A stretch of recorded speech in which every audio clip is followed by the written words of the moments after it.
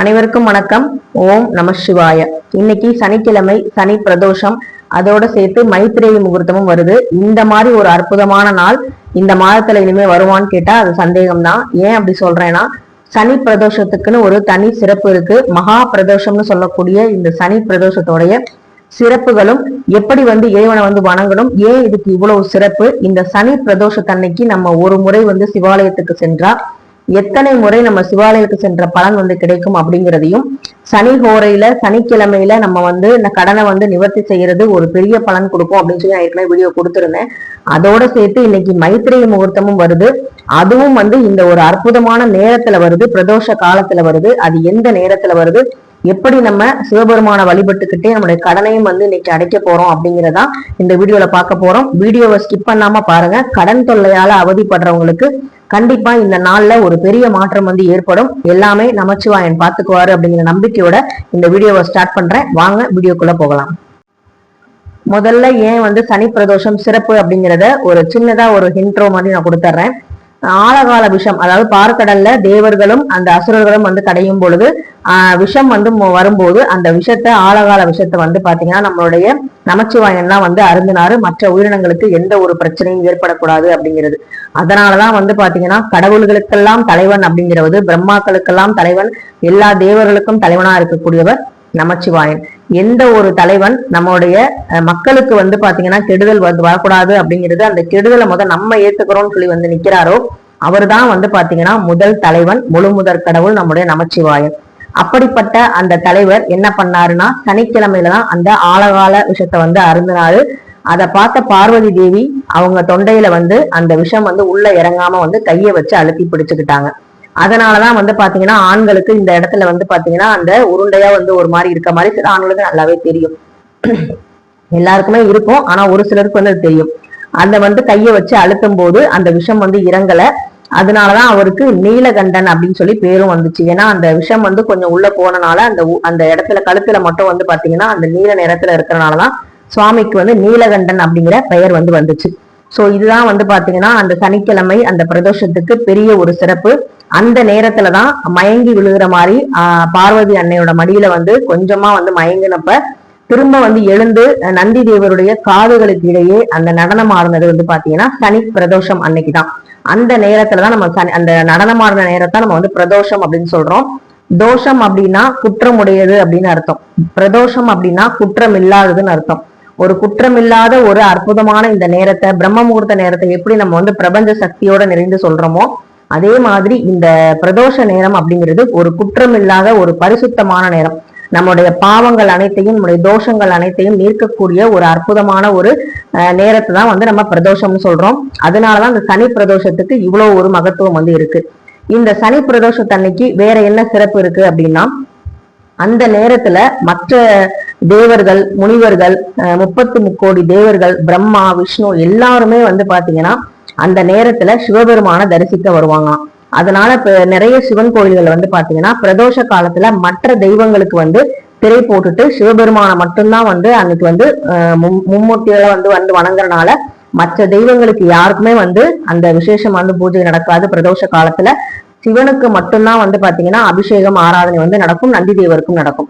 நந்தியோட காதுகளுக்கு இடையில அந்த நாள்ல சிவபெருமான தரிசனம் பண்றது அப்படிங்கிறது நந்தியோட அருளையும் நமக்கு பெற்றுத்தரும். நந்திய சனி பிரதோஷத்தன்னைக்கு வணங்கும் போது சனி பகவானால ஏற்படக்கூடிய நமக்கு பிரச்சனைகள், நமக்கு இருக்கக்கூடிய கர்மாக்கள் எல்லாமே நீங்கும். அப்படிங்கிறதுனாலதான் இந்த சனி பிரதோஷத்தை மகா பிரதோஷம் அப்படின்னு சொல்லப்படுது. 33 தேவர்களும் அன்னைக்கு சிவபெருமான வணங்கும் பொழுது நம்மளும் பாத்தீங்கன்னா அந்த நேரத்துல வணங்கும் போது அந்த தேவர்களுக்கு என்ன அருள் பாலிக்கிறாரோ, அந்த முனிவர்களுக்கு என்ன அருள் பாலிக்கிறாரோ அதேதான் பாத்தீங்கன்னா நமக்கும் அந்த சிவபெருமான் கண்டிப்பா செய்வார். இந்த ஒரு அற்புதமான நேரத்தை, இந்த ஒரு அற்புதமான நாளை இன்னைக்கு தவற விடாதீங்க. எளிமையான உணவுகள் எடுத்துக்கலாம். என்னால விரதம்லாம் இருக்க முடியாது அப்படின்னா உப்பு, புளி, காரம்லாம் கம்மியா எடுத்துக்கிட்டு ஒரு பத்திய சாப்பாடா நீங்க கொஞ்சமா சாப்பாடு எடுத்துக்கலாம். சிவபெருமான காலையில இருந்து உங்க வேலை செய்யும் போதே நீங்க ஓம் நமச்சிவாயங்கிற மந்திரத்தை சொல்லலாம். அது மட்டும் இல்லாம நம்மளுடைய அபிஷேக பொருட்களுக்கு, சிவபெருமானுக்கு உங்களால முடிந்த அபிஷேக பொருட்கள் வாங்கி கொடுக்கலாம். இப்ப புத்திர பாக்கியம் வேணும்னு நினைக்கிறவங்க தயிர் வாங்கி கொடுக்கலாம். அதே மாதிரி நல்ல வந்து ஒரு மறுபிறவி இல்லாத ஒரு நல்ல வந்து ஒரு பிறவியா வந்து முடியணும் அப்படின்னு நினைக்கிறவங்க அரிசி மாவு வந்து வாங்கி கொடுக்கலாம். லட்சுமி கடாட்சம் வேணுங்கிறவங்க மஞ்சள் குங்குமம் இது மாதிரி நீங்க வந்து வாங்கி கொடுக்கலாம். எனக்கு வந்து பிறவி பயனை வந்து நான் வந்து போகணும், என்னோட கர்மா வந்து தீரணும் அப்படிங்கிறவங்களுக்கு சிவபெருமானுக்கு ரொம்ப பிடித்தமான விபூதியை வந்து வாங்கி கொடுத்து அபிஷேகத்துக்கு வந்து கொடுக்கலாம். சகல சம்பத்தும் கிடைக்கணும்னு நினைக்கிறவங்க சந்தன அபிஷேகத்துக்கு வந்து சந்தனம் வந்து வாங்கி கொடுக்கலாம்.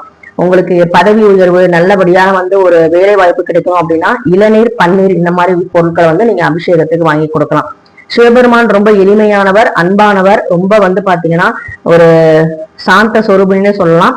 கோபம் வர வேண்டிய நேரத்துல ருத்ரதாண்டமும் ஆடக்கூடியவர். நம்மளுடைய அதாவது சிவன் சொத்து குலம் நாசம் அப்படின்னு சொல்லுவாங்க பாத்தீங்களா, அவருடைய சொத்து வந்து அவருடைய பக்தர்கள் தான். அந்த பக்தர்களை யாராவது வந்து நோகடிக்கிறாங்க இல்ல யாராவது கஷ்டப்படுத்துறாங்க அப்படின்னா அவங்க குலத்தையே நாசம் செய்யக்கூடிய ஒரு அற்புதமான ஒரு கடவுள் தான் நம்மளுடைய சிவபெருமான். அதனாலதான் வந்து சிவன் சொத்து அப்படிங்கிறது நம்ம சொல்றாங்க, பக்தர்களை சொல்றாங்க. நம்ம கஷ்டப்பட்டா யார் கஷ்டப்படுத்துறாங்களோ அவங்க குலத்தையே வந்து நாசம் செய்யக்கூடிய ஒரு அற்புதமான கடவுள். இதுதான் வந்து மகா சனி பிரதோஷத்துடைய சிறப்பு. இந்த நாள்ல நீங்க வில்வம் வந்து வாங்கி கொடுக்கலாம், சங்கு பூ வந்து வாங்கி கொடுக்கலாம், அதே மாதிரி மகிழம் பூ வாங்கி கொடுக்கலாம். அது மாதிரி நிறைய விஷயங்கள் வந்து சிவபெருமானுக்கு பிடித்த விஷயங்கள் நீங்க வந்து செய்யலாம். அதுக்கப்புறம் இந்த மைத்திரேய முகூர்த்தம், கடனை தீர்க்கக்கூடிய மைத்திரேய முகூர்த்தம் எப்ப வருது அப்படின்னா கரெக்டா வந்து டைம் வந்து நோட் பண்ணிக்கோங்க. ஏற்கனவே இந்த மாதத்துல ஒரு மைத்திரேய முகூர்த்தம் ஜூன் 12ஆம் தேதி வெள்ளிக்கிழமை வந்து வந்துச்சு. இப்ப வந்து ஜூன் 27 இன்னைக்கு 2026 சனிக்கிழமை 4:08 இருந்து 6:27 வரைக்கும் இருக்கு. அதாவது 4:30 to 6 அப்படிங்கிறது தான் வந்து பாத்தீங்கன்னா பிரதோஷ காலம் சொல்லக்கூடியது. அந்த நேரத்துல வருது. நீங்க ஒரு 5 மணி இல்ல 5:30 மணிக்கு கோவிலுக்கே நீங்க போனாலுமே அந்த பிரிஞ்சி இலையை எடுத்துட்டு போயிருங்க. இல்ல வந்து கடன் வந்து அந்த நேரத்துல வந்து ஜிபே பண்ண முடியும் அப்படின்னா கோவில்ல இருந்து சிவபெருமானை வேண்டிக்கிட்டே இந்த கடனை எப்படியாவது நம்ம அடைச்சிடணும், நீங்க ரிட்டனுக்கு வாங்கின கடனை வந்து நான் முடிக்கணும்னு சொல்லி சிவபெருமான்கிட்ட வேண்டிக்கிட்டே நீங்க வந்து பணத்தை கொடுக்கலாம். இல்ல கோவிலுக்கு வர சொல்லி நேர்ல கூட அந்த கடனாளிக்கு நீங்க வந்து பணத்தை வந்து கொடுக்கலாம். 4:08 முதல் மாலை 6:27 வரைக்கும் இருக்கு. நீங்க 5:30 மணி 5 மணி போல நீங்க வந்து கடனை கொடுக்கறவங்க நேரடியா கொடுக்கலாம். அவங்க வந்து பிரிஞ்சி இலையில எழுதணும்னு அவசியம் இல்லை. இல்ல நான் வந்து பிரிஞ்சலையில எழுதணும் மீதி கடனை கொடுக்கணும்னா நீங்க கோவில்ல கூட உட்காந்து எழுதலாம். அதை பத்தி ஏற்கனவே நான் ஒரு வீடியோ போட்டிருக்கேன், இதுல டிஸ்கிரிப்ஷன்லயும் கொடுக்குறேன் எப்படி எழுதணும் என்னன்னு. அதை வந்து நீங்க வந்து பார்த்து பயன்பெறுங்க, சரிங்களா? சோ இப்ப வந்து பாத்தீங்கன்னா சனி பிரதோஷம் வந்து சொல்லியாச்சு. என்ன வந்து அபிஷேக பொருள் வாங்கி கொடுக்கலாம், என்ன வந்து நம்ம வந்து பூக்கள் வாங்கி தரலாம், மைத்திரேய முகூர்த்தம் எப்ப எழுதணும் அப்படின்னு சொல்லியாச்சு. இந்த சனி பிரதோஷத்தன்னைக்கு சிவபெருமான இந்த ரூபத்துல வழிபட்டா நமக்கு நம்ம குடும்பத்துல வந்து ஒற்றுமை வந்து இருக்கும். நான் ஏற்கனவே சொல்லியிருக்கேன், சிவன் பார்வதி விநாயகர் முருகர் இந்த படம் வந்து வீட்டுல இருந்தாலே நம்ம குடும்ப ஒற்றுமைக்கு ஒரு அற்புதமான ஒரு படம், ஆன்மீக படம் அப்படின்னா அது வந்து இந்த படம் தான். அதே மாதிரி பிரதோஷ காலத்துல சோமஸ்கந்த மூர்த்தியாக, அதாவது சிவன் சக்தி விநாயகர் முருகர் இவங்களோட வந்து இருக்கக்கூடிய அந்த குடும்ப இத வந்து வழிபாடு செய்யும் பொழுது, அந்த உருவத்துல வழிபாடு செய்யும் பொழுது நம்ம குடும்பம் வந்து ஒற்றுமையா இருக்கும், மகிழ்ச்சி வந்து மேலோங்கும். அதையே வந்து நீங்க நடராஜர் தரிசனம் பாக்குறீங்க அப்படின்னா கண்டிப்பா வந்து உங்க வாழ்வுல வந்து முன்னேற்றம் வந்து ஏற்படக்கூடிய ஒரு அற்புதமான காலம் தான். அதனால வந்து இந்த பிரதோஷ காலத்தை தவற விட்டுறாதீங்க. நல்லபடியா வந்து சிவபெருமான வேண்டிக்கோங்க.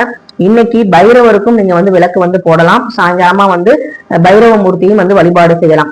அதாவது நம்ம இன்னைக்கு சனி பிரதோஷத்தன்னைக்கு இந்த ஒரு நாள் நம்ம சிவாலயத்துக்குள்ள போறது நமக்கு 5 வருடம் சிவாலயங்களுக்கு போன பலன்கள் வந்து கொடுக்கும். அப்படிங்கிறதுனாலதான் இந்த பிரதோஷத்தை மகா பிரதோஷம் அப்படின்னு வந்து சொல்றோம். இந்த நாளை தவற விடாம நல்லபடியா வந்து உங்களுடைய வேண்டுதலை வைங்க. எல்லாமே நமச்சிவாயன் பார்த்துக்குவாரு. பிரபஞ்ச சக்தி அப்படின்னு சொன்னாலே அதுல முதல்ல வர்றது நமச்சிவாயன் தான். நேற்று ஒரு சகோதரி வந்து கேட்டிருந்தாங்க, சிவன் கோவிலுக்கு போயிட்டு பெருமாள் கோவிலுக்கு போகலாமா அப்படின்னு சொல்லி கேட்டிருந்தாங்க. என்னை பொறுத்த வரைக்கும் ஹரியும் சிவனும் ஒண்ணு அப்படிங்கிற தத்துவத்தை நான் எப்பவுமே சொல்லிக்கிட்டு தான் இருப்பேன். எனக்கு 2 கண்கள்ல சிவபெருமான் ஒரு கண்ணு அப்படின்னா பெருமாள் ஒரு கண்ணு தான், விஷ்ணு பகவான் ஒரு கண்ணு தான். சோ அதனால வந்து 2 பேரையும் நம்ம பிரிச்சு பார்க்க வேணாம். எல்லாமே வந்து இறைவன் தான், எல்லாரையும் நீங்க வணங்கலாம். பிரதோஷ காலத்துல முக்கியத்துவம் கொடுக்க வேண்டியது சிவபெருமானுக்கு. ஏன்னா அந்த பெருமாளே வந்து பாத்தீங்கன்னா பிரதோஷ காலத்துல சிவபெருமானை வந்து வணங்குவாரு. அதனால நீங்க வெளியே எங்கேயும் போக தேவையில்லை, எல்லோருமே அங்கதான் இருப்பாங்க. நீங்க மனதார வந்து கோவில்ல நல்லபடியா உங்க வேண்டுதலை வைங்க. அது மட்டும் இல்லாம இன்னைக்கு நம்மளுடைய சப்ஸ்கிரைபர் சகோதரி தமிழ்ச்செல்வி அப்படிங்கிற அவங்களுக்கு அவங்களுடைய மகனுக்கு வந்து இன்று பிறந்த நாள். இந்த நாள்ல நல்லபடியா அந்த சிவபெருமானோட ஆசையும் அவர்களுடைய குலதெய்வ ஆசையும் நல்லபடியா கிடைக்கணும். அந்த பையன் வந்து நல்லபடியா பல்லாண்டு வாழ வேண்டும் அப்படின்னு சொல்லி இந்த வீடியோ பதிவு மூலமா நான் வந்து வாழ்த்துக்கள் சொல்றேன். நீங்களும் முடிஞ்சா உங்க வாழ்த்துக்களை கமெண்ட்ல சொல்லுங்க. நன்றி, வணக்கம்.